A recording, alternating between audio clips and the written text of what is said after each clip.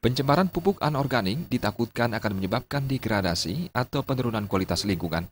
Hal itu terjadi karena tingginya pemakaian pupuk kimia dan pestisida yang menyebabkan masuknya kandungan nitrogen, fosfat, dan kalium ke dalam aliran danau.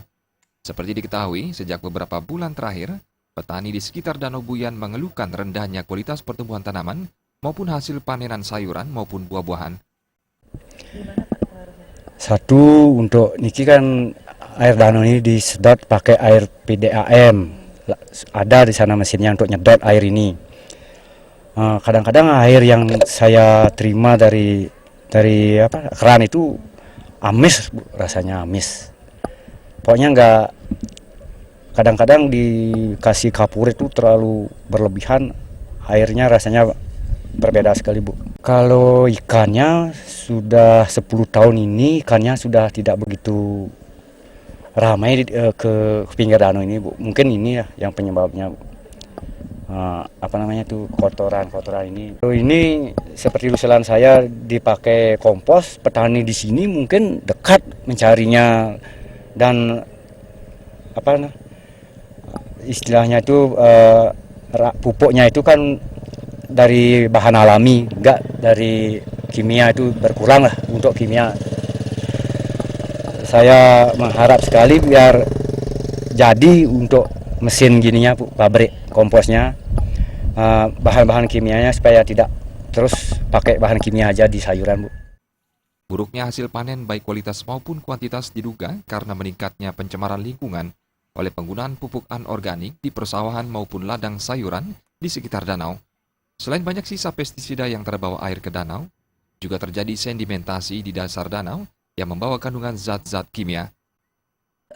Sebenarnya Danau Bulian ini termasuk kalau dari pertumbuhan gulmanya eceng gondok kan bukan eceng gondok, gulma ya, jadi sangat cepat sekali ya. Sudah itu dari segi kekeruhan juga sudah sangat tinggi ya. Jadi kalau tidak salah berapa sekitar 5,5 ya, jadi sudah tergolong tinggi ya. Jadi karena itu karena kan lingkungannya itu kan ada sempadannya tidak dipelihara, terus juga perumahan kan semakin banyak kan, hotel itu sangat banyak. Sudah itu juga sistem pertaniannya kan tidak pakai terasering ya.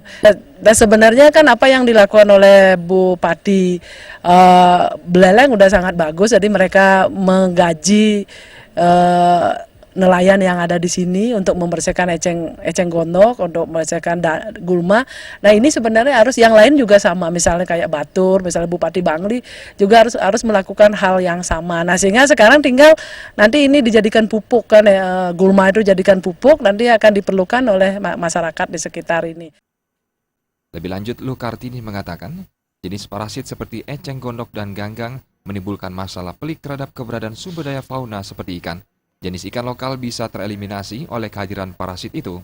Untuk mengendalikan laju erosi dan pencemaran, perlu upaya konservasi terhadap tanah dan air di sekitarnya. Menurut Kartini, melalui pembudidayaan jamur, sayur, dan buah, menggunakan mulsa organik, serta menghindari pupuk anorganik maupun pestisida.